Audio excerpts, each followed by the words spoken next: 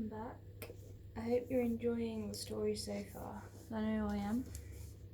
We're going to be reading chapter 18, A Boy and a Dinosaur. They stayed perfectly still, staring at each other. William and the Christmasaurus, a boy and a dinosaur, face to face for the first time in history. Neither of them knew what to say or do. Then suddenly, William let out a frightened "Ah!" and the Christmasaurus relieved a scared "Roar!" They both sat roaring and screaming at each other for what felt like the longest time, until eventually they both ran out of breath and stopped. They searched each other's faces and, although neither of them knew what they were searching for, they found that they were just both as frightened as each other, which suddenly made them not scared of each other at all. It's funny how things work like that. "William, what's all that noise?" croaked a sleepy Mr. Trundle from upstairs. William looked into the dinosaur's big, frightened blue eyes. Nothing, Dad, just a bad dream," William replied, in his best attempt at sounding casual. There was a pause that seemed to last forever. "Oh, okay," Mr. Trundle yawned. "Well, get some sleep or Santa won't come." And with that, William heard his dad's bedroom door close. Hello?" William said quietly as he wheeled himself slowly into the living room over the piles of festive debris that now decorated the floor.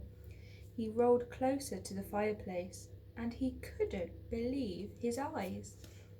There, right in front of him, was an actual living, breathing dinosaur. How was that possible? Not only that, he was the most awesome-looking dinosaur William had ever seen.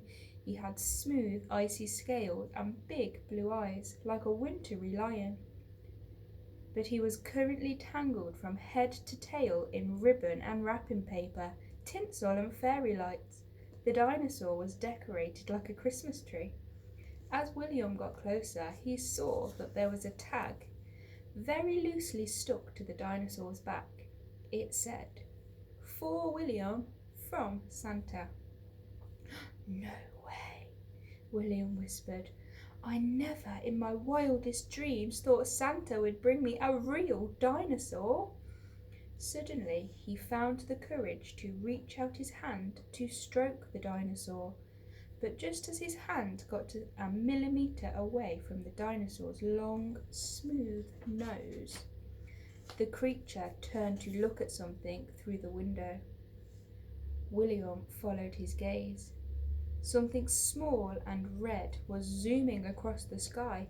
The Christmasaurus burst into a run once again, this time heading out of the living room towards the front door.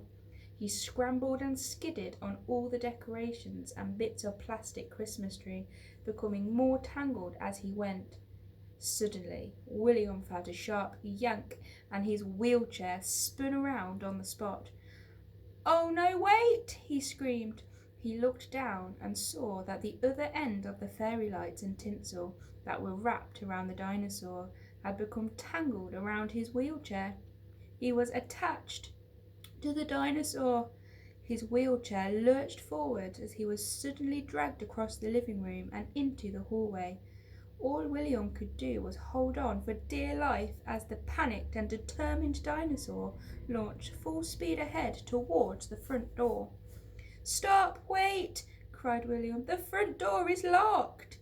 But that didn't matter. The Christmasaurus bowed his head, and in one massive bam, he burst through the door, pulling William and his wheelchair through the dinosaur-shaped hole and into the snowy street.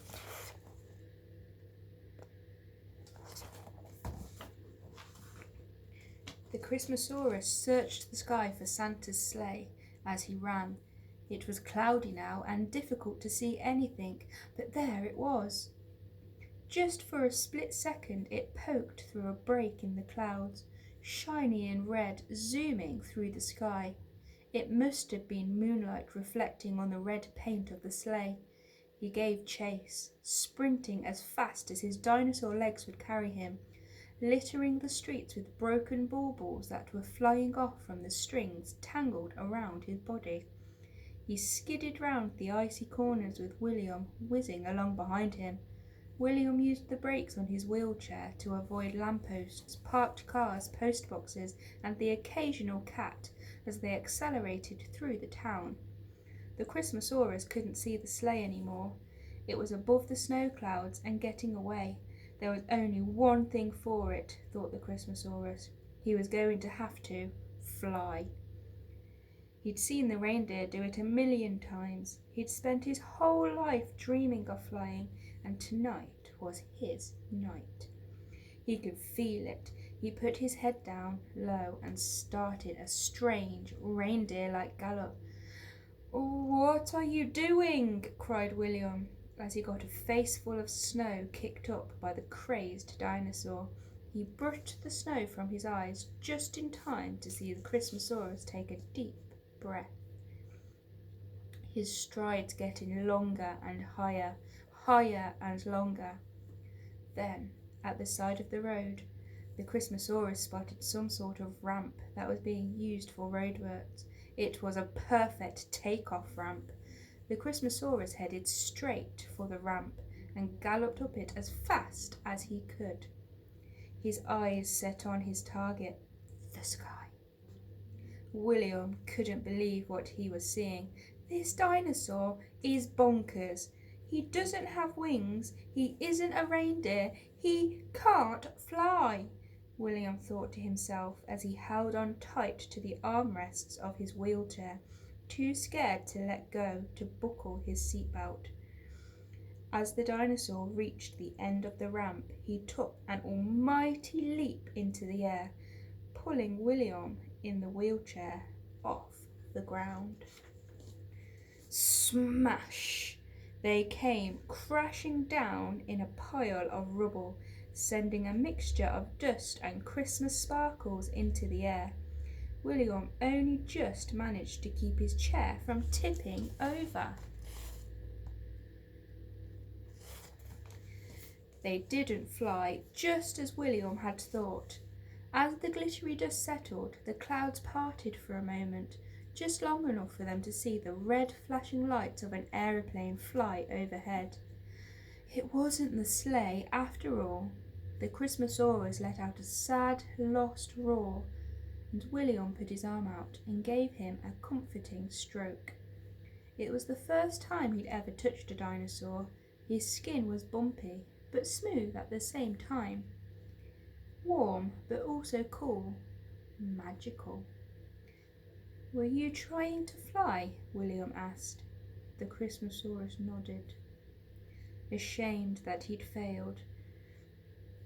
"Oh, I'm really sorry, but I don't believe dinosaurs like you can fly," William said. The Christmasaurus looked sad. Something about William's words seemed to hurt. William saw that he was upset and instinctively put his arm around the dinosaur's strong, solid neck and gave him a hug. "It's okay, I know how you feel," whispered William, and he gently stroked the dinosaur's head. That was the moment that William and the Christmasaurus became friends. But the boy and the dinosaur had something else in common. They'd both just heard a noise. Someone else was in the street with them. I wish that he could fly.